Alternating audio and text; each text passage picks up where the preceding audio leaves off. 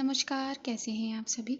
दुआ और उम्मीद दोनों है कि आप सभी बहुत अच्छे होंगे। तो बहुत-बहुत स्वागत आपका, वेलकम, खुशामदीद to my channel RA only love. आइए छोटा-सा एक रीकैप लेते हैं। फार्मा कंपनी की मालकिन और भटनागर में बात हुई थी। दोनों ने एक दूसरे को धमकाया था। दोनों ने एक दूसरे की करतूतें ज़रा अपने ही शब्दों में याद दिलाई थी। वहाँ सांझ जो है वो डीन के पास पहुँच गई थी।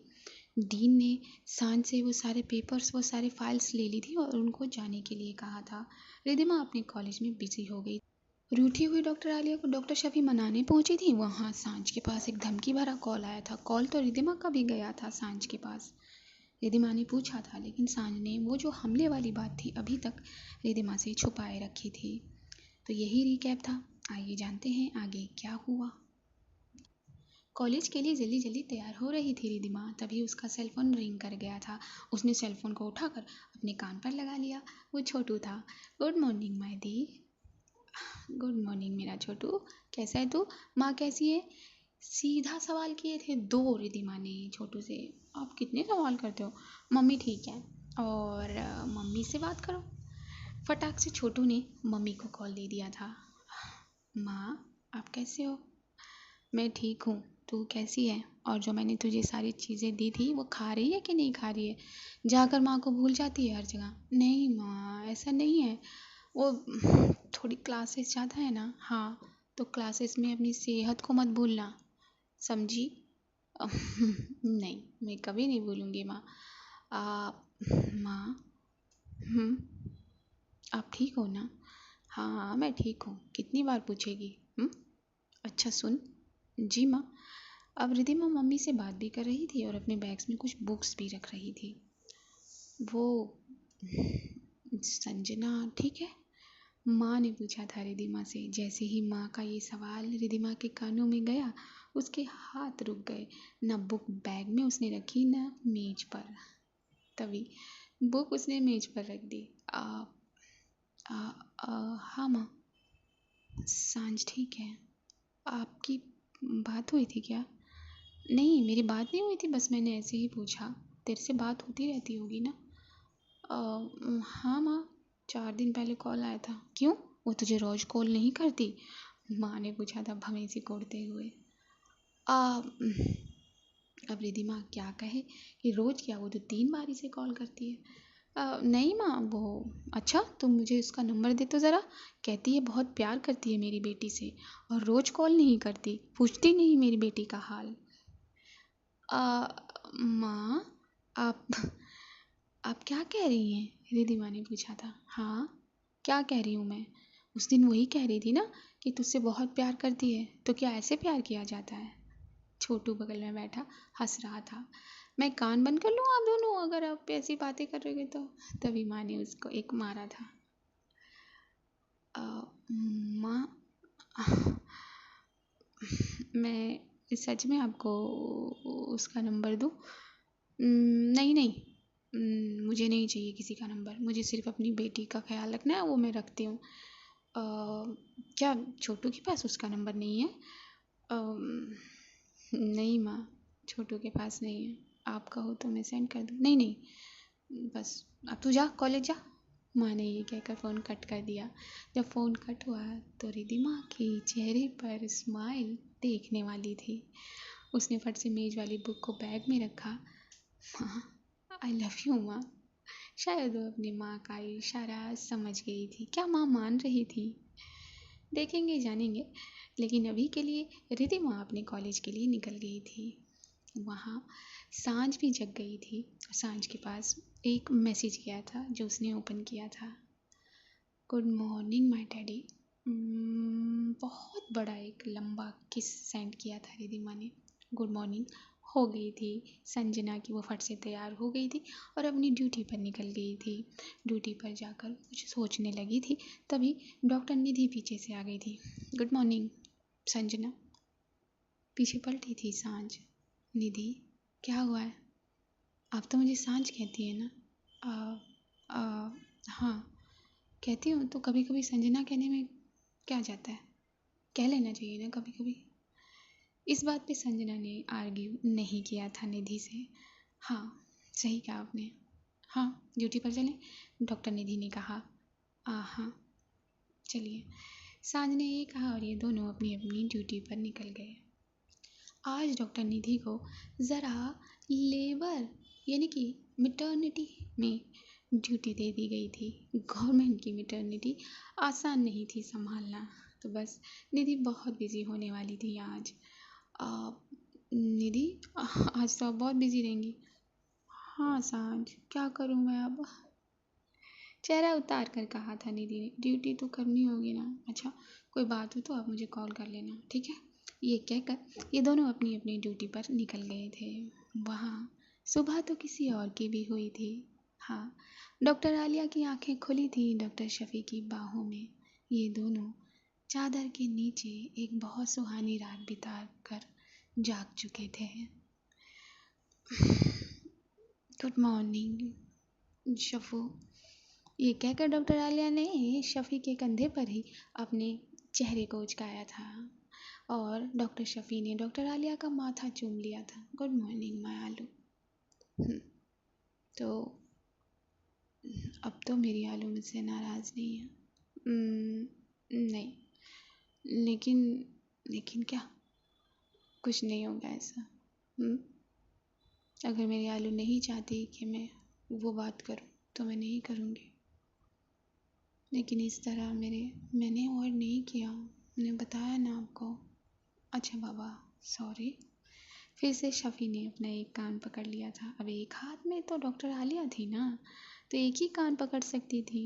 तभी उनके कान से उनका हाथ हटाकर आलिया ने चूम लिया था। अच्छा, अब अपने अपार्टमेंट में शिफ्ट हो जाना चाहिए हमें, आपको नहीं लगता? शफी ने कहा था। मुझे भी ये लगता है, क्योंकि अब मैं आपसे दूर नहीं रहना चाहती। डॉक्टर आलिया ने अपने चेहरे को रगड़ते हुए कहा था शफी की गर्दन में। तो फिर आज ही अपने कपड़े पैक करो, मैं अपनी आलू को लेकर अपने साथ जाऊंगी। बट एक प्रॉब्लम है शफी। क्या? ये कहकर शफी ने डॉक्टर आलिया के बालों को ज़रा पीछे किया था और ये दोनों और चिपक आए थे इस चादर के नीचे। यहाँ पर रहने का एक फ़ायदा है शफू, क्योंकि कोई भी इमरजेंसी होती है मुझे ज़्यादा हड़बड़ी में नहीं रहना पड़ता। और मालूम है ना तुम्हें? हाँ मालूम है, ये गायनी का चक्कर। ये कहकर अपना चेहरा ज़रा उतार लिया था शफी ने। मुझे ऐसा चेहरा नहीं देखना, डॉक्टर आलिया ने कहा। तो क्या करूँ मैं? हाँ, पहले बताना था ना, फिर अपार्टमेंट पास में रहते। अब इसमें क्या चेहरा उतारना है? कोई बात नहीं, मैं मैनेज कर लूँगी। नहीं, मैं नहीं चाहती अपनी आलू को परेशान करना। अगर मेरी आलू यहीं रहना चाहती है तो वो यहीं रहे, अपार्टमेंट में बाद में शिफ्ट हो जाएंगे। नहीं, हम अपने अपार्टमेंट में रहेंगे, अपने घर में, जहाँ मेरी और मेरी शफू की नेम प्लेट होगी। सच? हाँ, सच। और क्या, ख्यालों में हूँ? बिल्कुल नहीं। ये कहकर डॉक्टर शफी ने ज़रा अपना चेहरा नीचे झुकाया था और पकड़ लिया था अपने होठों में। डॉक्टर शफी ने जैसे ही ये किया, डॉक्टर आलिया ने फट से चादर को ज़रा ऊपर उठाया और वो डॉक्टर शफी के ऊपर आ गई थी। बस डॉक्टर शफी ने ये चादर खींचकर पर्दा गिरा दिया। हाँ, पर्दा भी गिराना पड़ेगा,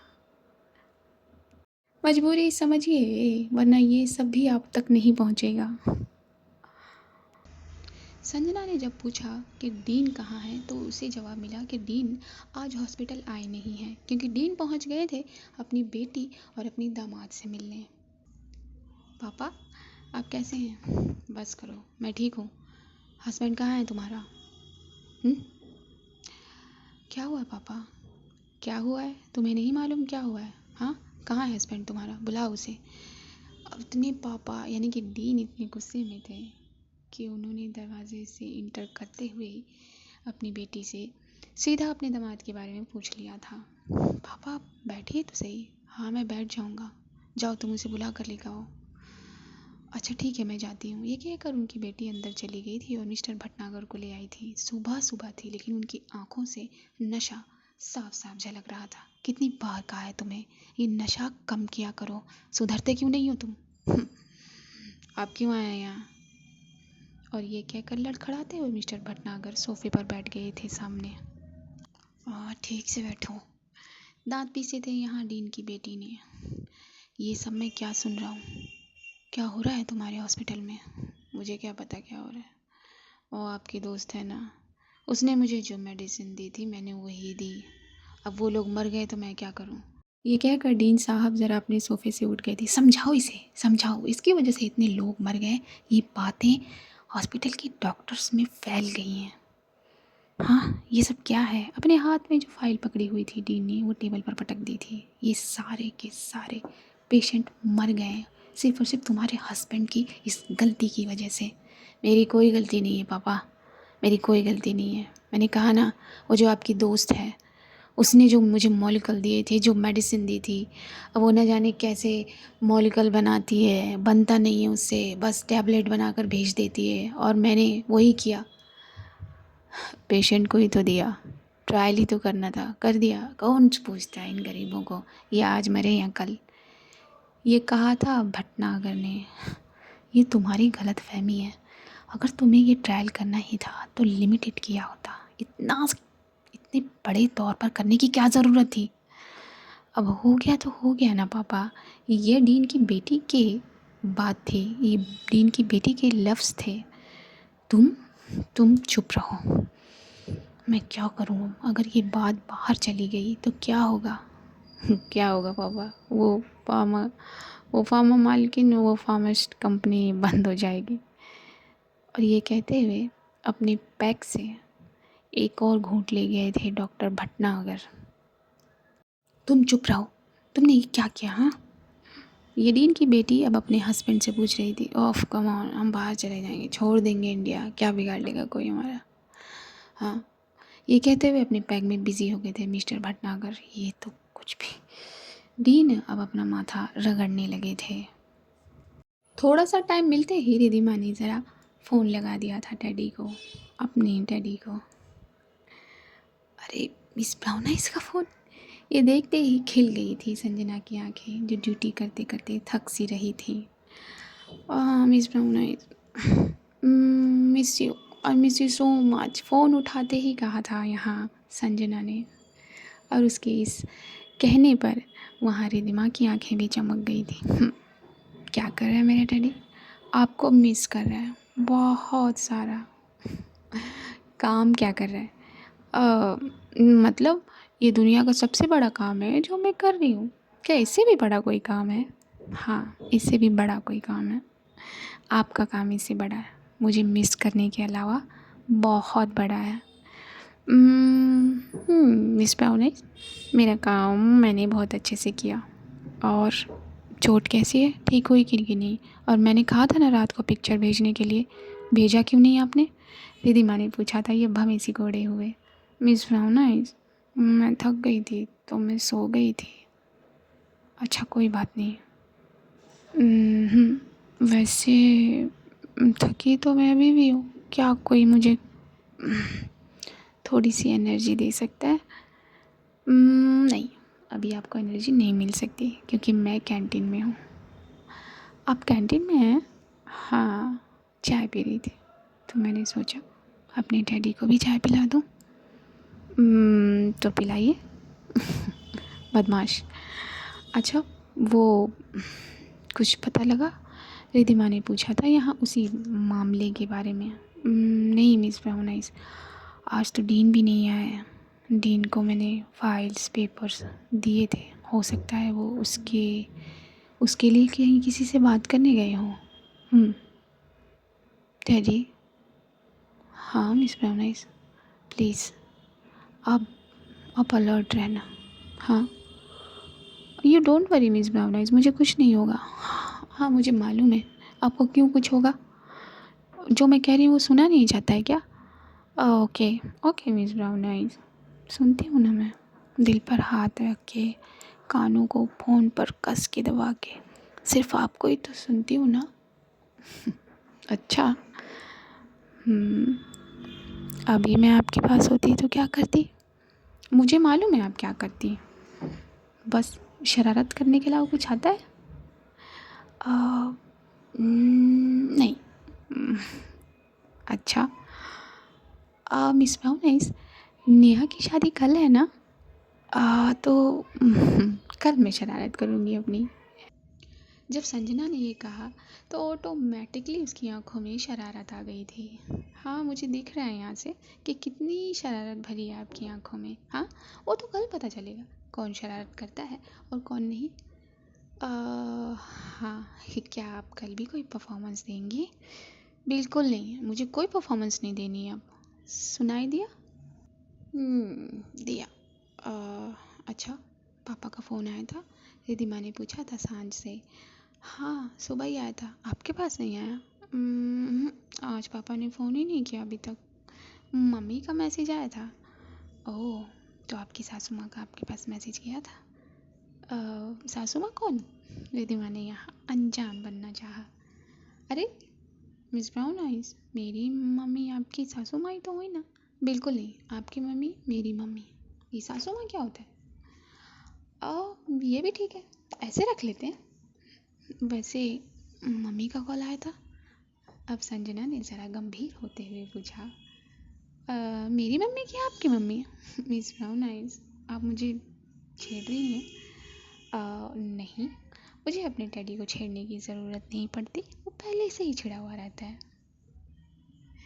इतने में रिधिमा के पास आकर उसकी वो रूममेट बैठ गई थी। हे रिट्स, हाउ यू? ठीक हूँ मैं, सुबह ही पूछा है ना? मुस्कुरा कर रिधिमा ने उसकी बात का जवाब दिया था। कौन है मिस ब्राउनाइज?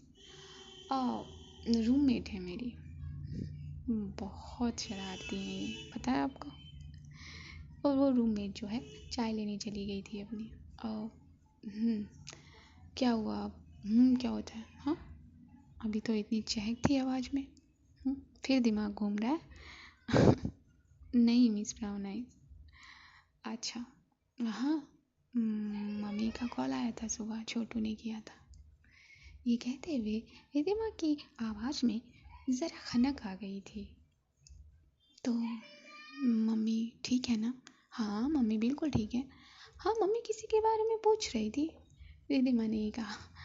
किसके बारे में मिस ब्राउनाइज? है कोई जो उनसे ये कह कर आ गया है कि वो उनकी बेटी से बहुत प्यार करता है। क्या? क्या मिस ब्राउनाइज? मम्मी मेरे बारे में पूछ रही थी? अब बोलो ना, क्या पूछ रही थी? क्या कहा मम्मी ने? बोलो ना मिस ब्राउनाइज। कुछ नहीं कहा, बस यही कहा कि वो आपका नंबर चाहती हैं। मेरा नंबर तो आपने दिया क्यों नहीं? हाँ, मैं दे देती, लेकिन फिर फ़ोन आता और आपको डांट ही मिलती और कुछ नहीं मिलता। डांट क्यों मिस ब्राउनाइज? यही डांट मिलती कि आप उनकी बेटी को रोज़ रोज़ फ़ोन क्यों नहीं करते? लेकिन मैं तो आपको दिन में 4 बार। एक सेकंड मिस ब्राउनाइज, आपने मम्मी से कहा कि मैं आपको कॉल नहीं करती? नहीं, मैंने मम्मी से ये नहीं कहा, बट माँ ने खुद ही समझ लिया। मैं क्या करूँ?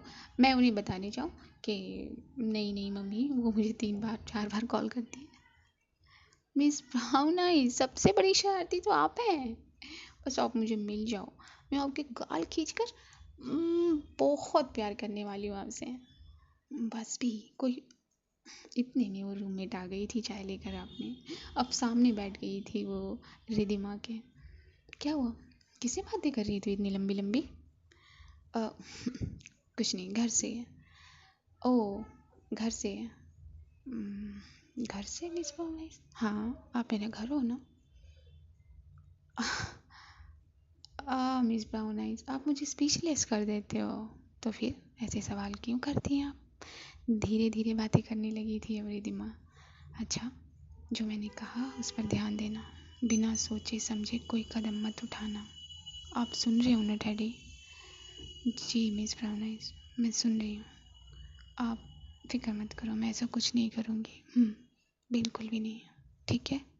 और ये दोनों ऐसे ही बातें कर रहे थे, तभी उस फार्मा कंपनी की मालकिन अपने कैबिन में बैठी थी और उसके दरवाजे पर नॉक हुआ था। ये उसका ही पीए था। हाँ कमिंग। क्या हुआ? कुछ नहीं, मैंने भटनागर को बुला लिया है। मैंने मीटिंग फिक्स कर दी है मैम, और वो बहुत तेज में, बहुत गुस्से में आ रहा है आपसे मिलने। ठीक है, जो तुमने प्लान बनाया है वो काम तो करेगा ना? अपने दांत को पीसते हुए फार्मा कंपनी की मालकिन ने पूछा था। बिल्कुल करेगा, 100% करेगा मैडम। ठीक है, जाओ। ये किस प्लान की बातें कर रहे थे? तभी डीन अपने हॉस्पिटल में आ गए थे और उन्होंने भटनागर को फिर कॉल किया था। हाँ पापा, क्या हुआ? एक दिन में 2 बार क्यों? भटनागर ज़रा टाई बांध रहा था अपनी। ठंडे दिमाग से बात करके आना, सुना तुमने? डीन ने कहा था। हाँ ठीक है पापा, मुझे कुछ नहीं चाहिए, बस मुझे कुछ पैसे चाहिए उनसे, और साइन चाहिए 2-3 जगह, जिससे मैं बाहर जा सकूँ इंडिया के। हाँ ठीक है, जो भी करना ठंडे दिमाग से करना। ठीक है पापा। ये कहते हुए उसने अपनी वो बोतल दोबारा होठों पर लगा ली थी। और पिया कम करो, डीन ने कहा था ये भटनागर से। भटनागर ने फ़ोन काट दिया था, जेब में रख लिया था, और उसकी जो बीवी थी वो कोट लिए यहाँ आ गई थी। ध्यान से बात करना, सारी बातें क्लियर कर लेना, हाँ? और कह देना अगर वो पैसे नहीं देगी तो हम उसे छोड़ेंगे नहीं। तुम फिक्र मत करो डार्लिंग, मैं पैसे और साइन लेकर आऊँगा, और परसों हम इंडिया से बाहर। ये कहते हुए भटनागर चला गया था। कार में बैठा था अपनी, और कार ड्राइव कर रहा था। ड्राइव करते करते वो ड्रिंक भी कर रहा था। बस वो फार्मा मालकिन के पास पहुंच ही गया था। जाकर उसने वही चीज़ कही थी जो अपनी बीवी से कह कर आया था। क्या तुम्हें पैसे चाहिए? फार्मा की मालकिन ने ज़रा अपनी भवेंसी कोड़ ली थी। हाँ मुझे पैसे चाहिए, वरना क्या? वरना मैं तो खुद जाऊंगा ही जेल, तुम्हें भी नहीं छोड़ूंगा। अरे भटनागर साहब, क्यों इतनी गुस्सा करते हो? हाँ, क्यों इतनी टेंशन लेते हो यार? ये लो पैक पियो। ये फार्मा मालकिन का वही पिए था जो कुछ देर पहले उससे कुछ प्लान की बातें कर रहा था। उसने एक गिलास जो है वो भटनागर को दिया था। भटनागर ने एक बार में वो गिलास ख़त्म कर दिया था, और इन दोनों ने एक दूसरे को देखा था। किसने? पीए और फार्मा मालकिन ने। ठीक है, मैं तुम्हें सब दूंगी, ठीक है? हाँ, अभी इतने कैश नहीं है मेरे पास जो कि तुम्हें कैश ही चाहिए। हाँ, मैं झंझट नहीं चाहता। ठीक है, साइन मैंने कर दिए हैं और कैश कल तुम्हें मिल जाएगा। और परसों मैं यहाँ से बाहर। Okay, thank you so much. ये कहकर भटनागर उठा था, और जैसे उसका सर घूम गया था वो उठ ही नहीं पाया, वापस चेयर पर गिर गया। अरे अरे भटनागर साहब, कदमों को संभालिए अपने। चलिए मैं छोड़ कर आता हूँ आपको कार तक। और वो पिए भटनागर को लिए नीचे पहुँच गया। कार में उसने उसको बिठा दिया, दरवाज़ा बंद किया। भटनागर ने अपनी सीट बेल्ट बांधी, उसे लगा बांधी, लेकिन बंधी नहीं थी।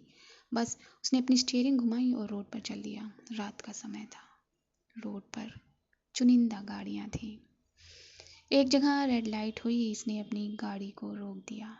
वैसे तो रेड लाइट कोई फॉलो नहीं करता, लेकिन आज जनाब ज़रा नशे में थे, नवाब थे, तो उन्होंने रेड लाइट पर अपनी कार को रोक दिया था। 2 ट्रक सामने से आते दिखाई दिए थे, तेजी में हॉर्न देते हुए। अब उनसे निकालने के लिए, उनसे बचने के लिए भटनागर साहब ने अपनी गाड़ी को ज़रा लेफ़्ट लिया कि लेफ़्ट से भी एक ट्रक आकर उनकी गाड़ी को ठोकते हुए आगे बढ़ गया, और उनकी गाड़ी ने जो पलटी मारी, 3-4 पलटियां लेकर उनकी गाड़ी गिरी, और भटनागर वहीं अपनी सांसें छोड़ चुके थे। और ट्रक जितने भी यहाँ 2 या 3 थे, वो अपना रास्ता नापते नजर आए थे। फ़ोन पहुंचा था फार्मा मालकिन के पीए के पास। काम हो गया है, ठीक है, काम का मुआवजा तुम्हें मिल जाएगा। ये कहकर उस पीए ने फ़ोन काटा और ये खबर अपनी मालकिन को सुनाया। उस मालकिन ने एक लंबी सांस ली और अपने आप को सीट पर, यानी कि चेयर पर, बड़े आराम से फैला दिया था। यहाँ भटनागर की जो मिसेस थी वो फ़ोन पर फ़ोन लगाई जा रही थी, लेकिन भटनागर का फ़ोन मिल ही नहीं रहा था। घंटों बीत गए थे। रात के पहर ने सुबह के पहर को थामा था। फिर उसने जाकर डीन को कॉल किया था, यानी कि अपने डैड को। पापा, पापा उनका फ़ोन नहीं लग रहा है। क्या मतलब है फ़ोन नहीं लग रहा? वो मिलने गया था ना मीटिंग में। हाँ पापा, वो मिलने गए थे उस औरत से, लेकिन जब से वो गए उनका फ़ोन ही नहीं लग रहा है। क्या बात है, मैं पता करता हूँ, रुको। ये कहकर डीन ने फ़ोन कट कर दिया था। अब सुबह हो गई थी। सुबह के भोर में ही रिद्धिमा निकल गई थी नेहा के घर के लिए, क्योंकि आज नेहा के फेरे होने वाले थे, शादी होने वाली थी उसकी। हाँ, कुछ मिस हो गया था रिद्धिमा से, जिसका अपॉलॉजी वो कर चुकी थी नेहा से। और आज वो जल्दी पहुंचने वाली थी नेहा के पास। थोड़ी देर में ही वो नेहा के घर पहुंच गई थी। नेहा ने आकर रित्स को गले लगा लिया। कहाँ थी तू रित्स? हाँ, रिलैक्स। वैसे बड़ा नूर आया है तेरे चेहरे पर। बहुत प्यारी लग रही है तू। नेहा ने कुछ नहीं, बस एक सिंपल सा सूट पहना हुआ था, क्योंकि पहनने वाली तो आज थी ना वो। उसके हाथों की मेहंदी खूबसूरत लग रही थी, उस पर हल्दी का रंग बाखूबी चढ़ा हुआ था। बस वही नूर फैला रहा था उसके चेहरे पर। तो ठीक है ना? हाँ, मैं ठीक हूँ, बहुत ठीक हूँ। और स्टडी मस्त चल रही है। और क्या डॉक्टर संजना? तो सुधरेगी नहीं ना? रिद्धिमा ने नेहा से कहा था, और ये दोनों आकर अपने कमरे में बैठ गए थे। नेहा की जो मदर है, उन्होंने चाय पानी का बंदोबस्त करवा दिया था। ये लोग चाय पीकर बातें कर रहे थे। जो लड़कियां आई थी इधर उधर घूमकर कुछ न कुछ अरेंज कर रही थी। वो भी ठीक है। तो बात की? हाँ, मम्मी से तो मैंने बात कर ली थी। मम्मी मानेंगी तभी तो कुछ होगा, जैसा मैंने तुझे पहले ही कहा है। डोंट वरी, मान जाएंगी मम्मी। और ये दोनों बातें करते नज़र आए थे। शफ़ी, बोलो मेरे आलू। वो आज शादी में जाना है। तो मुझे लहंगा ख़रीदना है। ओके, तो बस मैं 10 मिनट में आपके पास पहुंचती हूँ, फिर चलेंगे हम अपनी आलू को शॉपिंग कराएंगे। ठीक है, तब तक मैं राउंड ले लूँ। बिल्कुल। फ़ोन कट कर दिया था शफ़ी ने ये कहकर, और वो अपना काम निपटाने लगी थी। यहाँ संजना भी आज के लिए बहुत एक्साइटेड थी। और आज मिस ब्राउनाइज मैं उन्हें जी भर प्यार करूँगी। संजना ने ये कहकर ज़रा अपने कपड़े उथल पुथल कर दिए थे। लेकिन मैं पहनूँ क्या? मेरे पास कपड़े भी नहीं हैं, क्या पहनूँ? ये कहते हुए उसने पूरी अपनी अलमारी खाली कर दी थी। तभी संजना के डोर पर नॉक हुआ था। कौन है? सांझ, मैं हूँ। ओके निधि, एक सेकंड। जाकर खोला था दरवाज़ा सांझ ने। निधि के चेहरे की हवाइयाँ उड़ी हुई थी। क्या हुआ निधि? सब ठीक तो है? आप ठीक तो हैं? क्या हुआ? सांझ, भटनागर इज डेड। व्हाट? ये कहकर अंदर खींचा था निधि को संजना ने। लेकिन ये सब हुआ कैसे? I don't know. मुझे हॉस्पिटल से पता लगा कि उनका एक्सीडेंट हो गया है। रात को वो ड्राइव कर रहे थे और उनकी गाड़ी बहुत बेकार, बहुत क्रश हालत में पाई गई है, जिसमें वो खुद थे। व्हाट द हेल निधि, ये कोई नहीं। आपको लगता है ये कार एक्सीडेंट है? नहीं सांझ, ये कार एक्सीडेंट नहीं है। उन्हें उन्हें उन्हें तो किसी न किसी ने तो मरवाया है। हाँ, शायद मैं जानती हूँ वो कौन है। संजना ने ये कहा था अपनी आंखों को ज़रा भींचते हुए। क्या? हाँ, एनीवेज, आज मेरी दोस्त की शादी है, नेहा, यू नो ना, तो हमें वहाँ जाना है। वहाँ पर मिस ब्राउन आइज होंगे, मुझे मुँह नहीं बताना है सब। आप ठीक कह रही हैं, आप जाइए। क्या मतलब निधि, आप जाइए? आप नहीं जाएंगी? नेहा ने आपको भी तो इनवाइट किया है ना। मेरा मन नहीं है, please Nidhi, don't do this, ऐसा मत करो, चलो। निधि ने इस बार मना नहीं कर पाई। ठीक है, मैं तैयार होके आती हूँ। निधि अपने रूम में चली गई थी। संजना स्तब्ध रह गई थी। बेड पर बैठे वो न जाने क्या क्या सोचने लगी थी। तभी उसके फ़ोन पर रिंग हो गई थी। डैडा का कॉल था। बस उसने फ़ोन उठाकर कान पर लगाया था और अपने डैडा से बात करने लगी थी। आज के भाग में इतना ही। जानेंगे आगे क्या हुआ क्या नहीं। कल के भाग में क्या संजना पर भी खतरा नहीं? क्या रिद्धिमा का दिल जो परेशान है संजना के लिए, वो सही नहीं? जानेंगे नेहा की शादी है, शादी में ज़रूर आना भाई, इनविटेशन देती हूँ मैं आप सभी को। बस इसी तरह मुस्कुराते रहिए। चैनल पर नए हैं तो चैनल को सब्सक्राइब कर लीजिए, मेरी आवाज़ को पहली बार सुन रहे हैं तो चैनल को सब्सक्राइब कर लीजिए। खुश रहिए, अपना ख्याल रखिए, अपने पेरेंट्स का ख्याल रखिए, दुआएं करते रहिए, दुआएं करिए अपने पेरेंट्स के लिए, सामने वाले के पेरेंट्स के लिए, सभी के पेरेंट्स के लिए दुआएं करिए, नीडी चिल्ड्रंस के लिए दुआएं करिए, इंसानियत के लिए दुआएं करिए, हर उस प्रेग्नेंट लेडी के लिए जो अपने अंदर एक नन्ही जान समाये हुए है और उसे वजूद देने की कगार पर है। बस इतना ही कहूँगी और लूँगी मैं आपसे इजाज़त। नमस्कार।